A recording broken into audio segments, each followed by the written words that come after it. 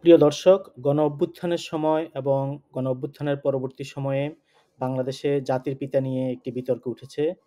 এই বিতর্কে অনেকেই আ জাতির পিতা বলে আমরা যাকে চিনি এখন পর্যন্ত শেখ মুজিবুর রহমান, যাকে বাংলাদেশ আওয়ামী লীগ জাতির পিতা হিসেবে প্রতিষ্ঠিত করতে চেয়েছিল, তাকে নিয়ে বিতর্ক উঠেছে। এখন অনেকেই আ শেখ মুজিবকে জাতির পিতা মানতে চান না, অথবা আসলেই আমাদের কি জাতির পিতার কোনো দরকার আছে? যেমন আমরা যদি বলি যে আ জাতির পিতা, তাহলে কোন জাতির পিতা? বাঙালি জাতির পিতা? কিন্তু সেটা পশ্চিমবঙ্গের বা ভারতের বাঙালিরা কি তাকে মেনে নিবে? সো সেক্ষেত্রে আমরা আ বলতে পারি না যে একজন বাঙালি জাতির পিতা আছে। একইভাবে বাংলাদেশে শুধুমাত্র বাঙালিরাই বাস করে না। এখানে আরো অন্যান্য জাতি আছে। সো সবাইকে নিয়ে আসলে কি কোনো আ অবিতর্কিত কাউকে পাওয়া সম্ভব?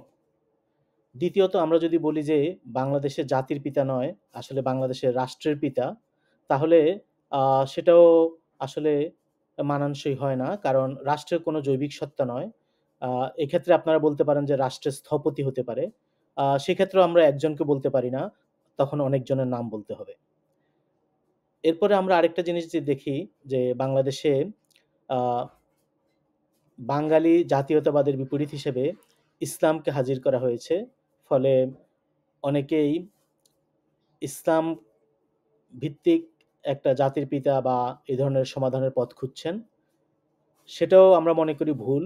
কারণ ইসলাম কোনো আসলে ধর্মের নাম, এটা কোনো জাতির নাম নয়। সো এটাও একটা ভুল বার্তা দিবে আমরা যদি বলি যে জাতির পিতা ইব্রাহিম।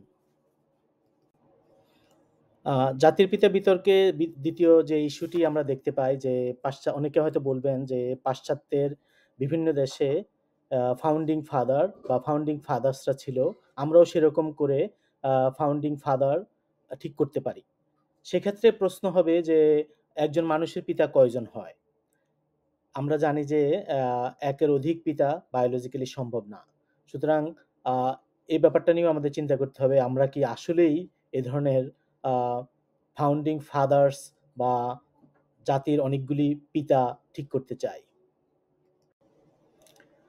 বস্তুত এই ফাউন্ডিং ফাদার বা জাতির পিতার ধারণাটা এসছে খ্রিস্টান ধর্ম থেকে। এর মধ্যে খ্রিস্টান ধর্মের প্রভাব খুবই দেখা যায়। কারণ খ্রিস্টান ধর্মে তারা ঈশ্বরকে পিতা ডাকে। এজন্য তাদের কাছে ফাদার বা ফাউন্ডিং ফাদার এসব খুবই গুরুত্বপূর্ণ কনসেপ্ট। সো আমাদের প্রশ্ন হলো যে পাশ্চাত্যের হুবহু অনুবাদ করে আমাদেরকেও কি ফাউন্ডিং ফাদার বা ফাউন্ডিং ফাদার্স বানাতে হবে? এর কি অন্য কোনো যুক্তি আছে? যে ফাউন্ডিং ফাদার বা ফাউন্ডিং ফাদার্স হলে আমাদের আ কোনো সমস্যার কি সমাধান হবে? বা আমরা এর থেকে কিভাবে উপকৃত হতে পারবো? এবারে চলুন আমরা তাহলে আ গণ-অভ্যুত্থানে মিছিলে জাতির পিতা নিয়ে যেসব স্লোগান উঠেছে তার কিছুটা দেখি। আমরা তাহলে কিছুটা অনুধাবন করতে পারবো যে বাংলাদেশের ছাত্র জনতা কি চায়? তারপরে আমরা আবার আলোচনা করব সেটা আসলে কতটুকু feasible। শেখ মুজিব কুরআন দ্বীপ জাতির পিতা ইব্রাহিম শেখ মুজিব কুরআন দ্বীপ জাতির পিতা ইব্রাহিম শেখ মুজিব কুরআন দ্বীপ জাতির পিতা ইব্রাহিম শেখ মুজিব কুরআন দ্বীপ শেখ মুজিব। শেষে আমরা বলবো যে বাংলাদেশ আসলে কোনো জাতির নাম নয়। বাঙ্গালা বা বাংলা বা বাঙালি নামে যে জাতি, সেটা বাংলাদেশের হয়তো মেজরিটি, কিন্তু তারাই একমাত্র জাতি নয়। বাংলাদেশে আরো অনেক জাতি আছে। সুতরাং বাঙালি জাতীয়তাবাদ আমাদের হবে না। আবার বাংলাদেশী জাতীয়তাবাদও যদি আমরা ধরি, সেক্ষেত্রেও আমাদের তাহলে কোনো ফাউন্ডিং ফাদার্স বা ফাউন্ডিং ফাদার তত্ত্ব আ আমরা নিতে পারি না। কারণ বাংলাদেশ শুধু একজনের দ্বারা সৃষ্টি হয়নি, এবং আমরা গণ-অভ্যুত্থানেও মিছিল দেখেছি যে দেশটা কারো বাপের না, বা দেশের আ এই বর্তমান অবস্থানের পেছনে বা স্বাধীনতার পেছনে শুধু একজন ব্যক্তি বা ব্যক্তিবর্গের ভূমিকাই প্রধান নয়। দেশের আপামর জনগোষ্ঠী স্বাধীনতা যুদ্ধ করে এই দেশটাকে পেয়েছে। সুতরাং আমরা জাতির পিতা বিতর্কের মধ্যে নিজেদেরকে সীমাবদ্ধ না রাখি। এছাড়া পাশ্চাত্যের হুবহু অনুবাদ করে আমাদেরকেও কেন একই কাজ করতে হবে সেটাও আমাদেরকে ভাবতে হবে। আর আরেকটা জিনিস হলো যে এই বাঙালি বা বাংলাদেশী জাতীয়তাবাদ থেকে ইসলামী জাতীয়তাবাদে যাওয়ার যে একটা আ সিদ্ধান্ত অথবা যাওয়ার যে একটা মনোভাব দেখা গেছে আ আন্দোলনকারীদের মধ্যে, সেটা নিয়েও আমাদের প্রশ্ন তুলতে হবে।